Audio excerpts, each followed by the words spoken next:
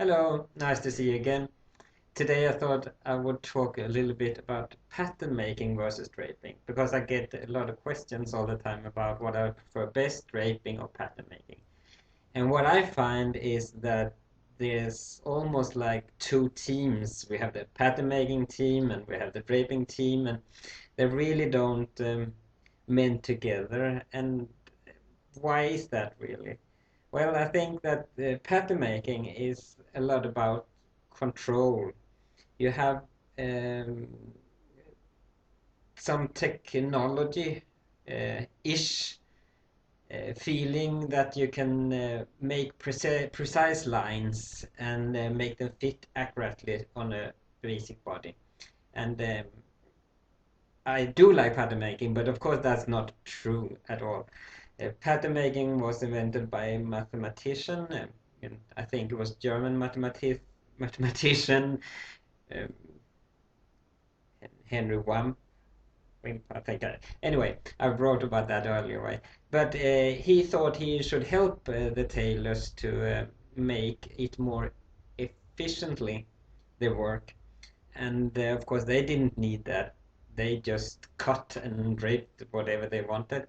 But he thought that was important, so he made these calculations on how a measurement could be transferred into the correct body measurements or something like that.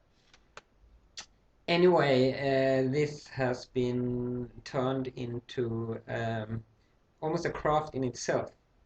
And it's very clever if you don't have a dress stand. That's why I do all these pattern making tutorials also, which you can find on the net. Um, because dress stands are quite expensive, and there's a lot of body types who doesn't fit to a dress stand, at least those you can buy.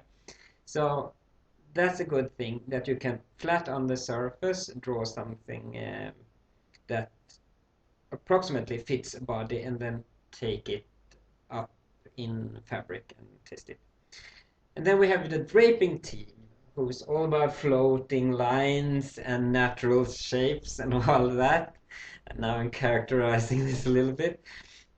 But they don't think in lines and seams that way. They think more in what fabric can do for them, stretch and ease and floating lines and so forth.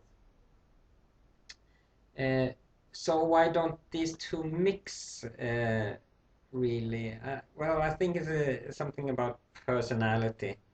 Are you more of a science man or are you more into creating things with your hands? Anyhow, I think that it's important to mix the two things together. I'm always about the center part, and I think if we join in with all our knowledge, I think that there will be greater things coming out of that. But no, totally forgot what I was supposed to say. But if you do pattern making, then you come to a quick result that you always have to adjust to a body because body is always crooked and soft in shapes. And if you drape, it takes longer, but you get the result you need. You want directly, I would say. So when I now I would like to talk about draping in a pattern making manner. Sounds strange, right? But how can I explain this for you? There's a lot of people who talk about pattern magic and things like that, and what it often strikes me is that it's um, it almost always is about geometrical shapes and straight lines. So if you could mix that with draping, that would be good because then you have a good thing of both sides. rambling on. Now, anyway, this when you have, for example, you can use this. This is a pattern making, and the problems with this is always that it's stiff. Of course, you cut it in fabric, but the lines in it are supposed to make a flat um, surface into a 3D surface, 2D to 3D. So if you look at this, this is actually from my interactive patterns. You actually don't have to know how to pattern make. You can just take some measurements. You go into, let's see here. It's called i.dtta.dk. You can go in there and I'll show you. If I And if you go in there, it looks like this, and then you can click here and you can choose interactive patterns down here, and then you can choose the basic dress, and then you can just put in all this measurement, or you can take a certain size down here, and then you get all these measurements on. You choose a bust size, then next, and then you get all these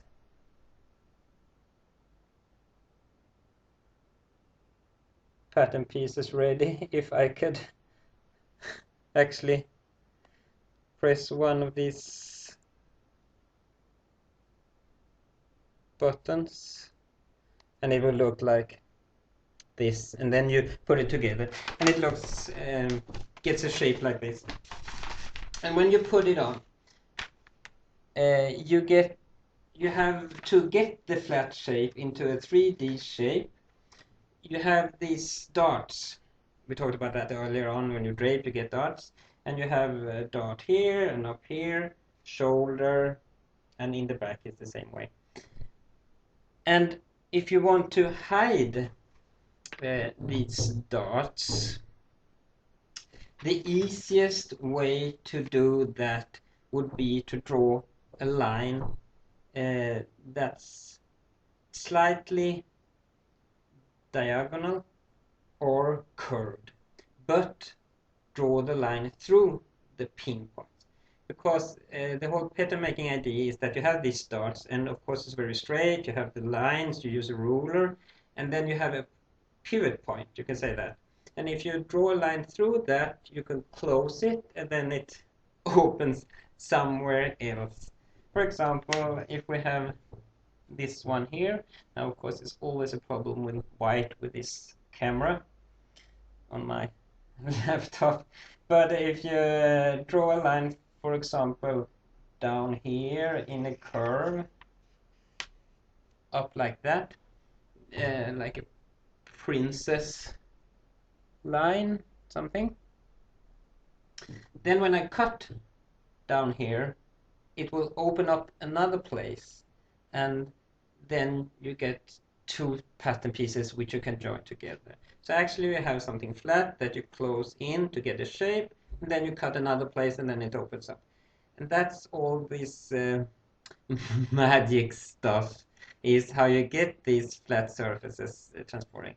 Not too critical about it, because you can evolve it into some really interesting shapes that works out of the body, but the basic idea is quite simple. And if you don't want it to look this ultra simple, of course you can do different lines.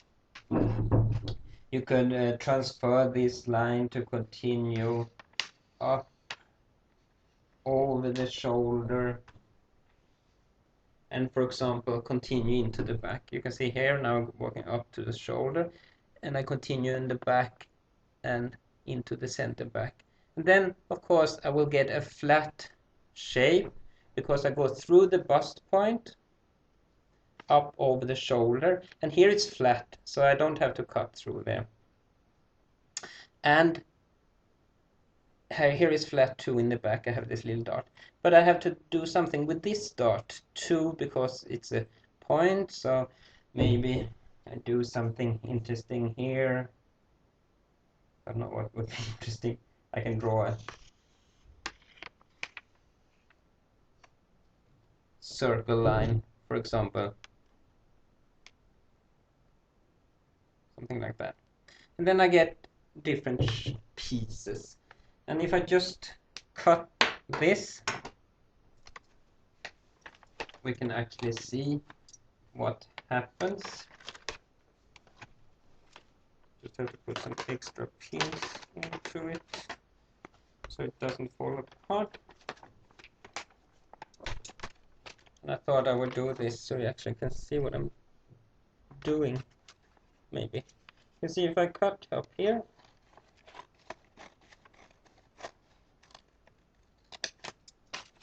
then this one will open, and it's the dart over there that actually opens up here, right?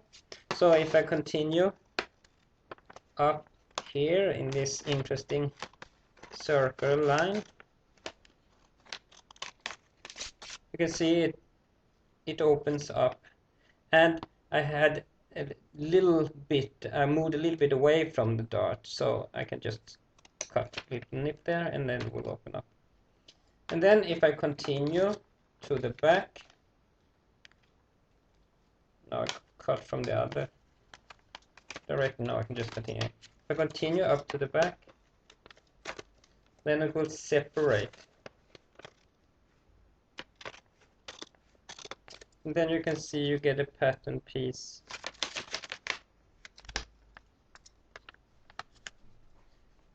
Like this. And of course this will fit on the body. So the trick is, and what you almost always see, is that all these lines go through the bust point or the back dart or different places where the shape is made. And if I continue to cut this other piece over here, it will also move out into a different shape. Now you can see it opens up here, and then when I continue up to the shoulder point, it will fall apart, and then I got an extra piece over here, and of course that was the piece that was sitting over here, and now it's flat. So then we can put it flat on the surface, and then we can cut it and sew it together again. And here I got left a circular shape, so of course I have to open that to lay it flat on the floor. And then of course I could just open the shoulder, and then I would get a pattern piece like that. And the tricky stuff is, or the interesting stuff is, then you see pattern pieces like that, you can easily trick people to think that this is really advanced, because most people don't recognize what this is. But with a trained eye, of course, you can see that you have the armhole here, and if you just know a little bit, you can if you get a little bit of information, you can say that the front is here, and in your mind you can add up, you should need a neckline up here, and then it will be something like this, right? But showing this or this, then it's thought of as technically advanced. If you then cut up these pieces more, for example, if you put in a shape so you get an extra drape, then it's more unrecognizable and more interesting, a lot of people think. But my point is that this is still a basic shape. It's still the shape of the body. So almost anybody could do that. Actually, you could. So I urge you to try it and have fun with it, and then When you try that, we can continue with something else. Because the interesting thing is to add these things up so you have a color, shape, multi-layered, uh, interesting things that still look good. So this was the start. So I call this part one, so the video doesn't get too long. I don't know if you have problems with that. I would like to ramble on for 40 minutes or something like that. But maybe you have something else to do. So this is part one, and in part two, I will drape on the dress stand in a pattern making way, which means that it's really strict and I follow the seam so it looks like pattern making drawing. So that was all for me today. I hope you see you in a second in part two. And well, enjoy your pattern making. Bye.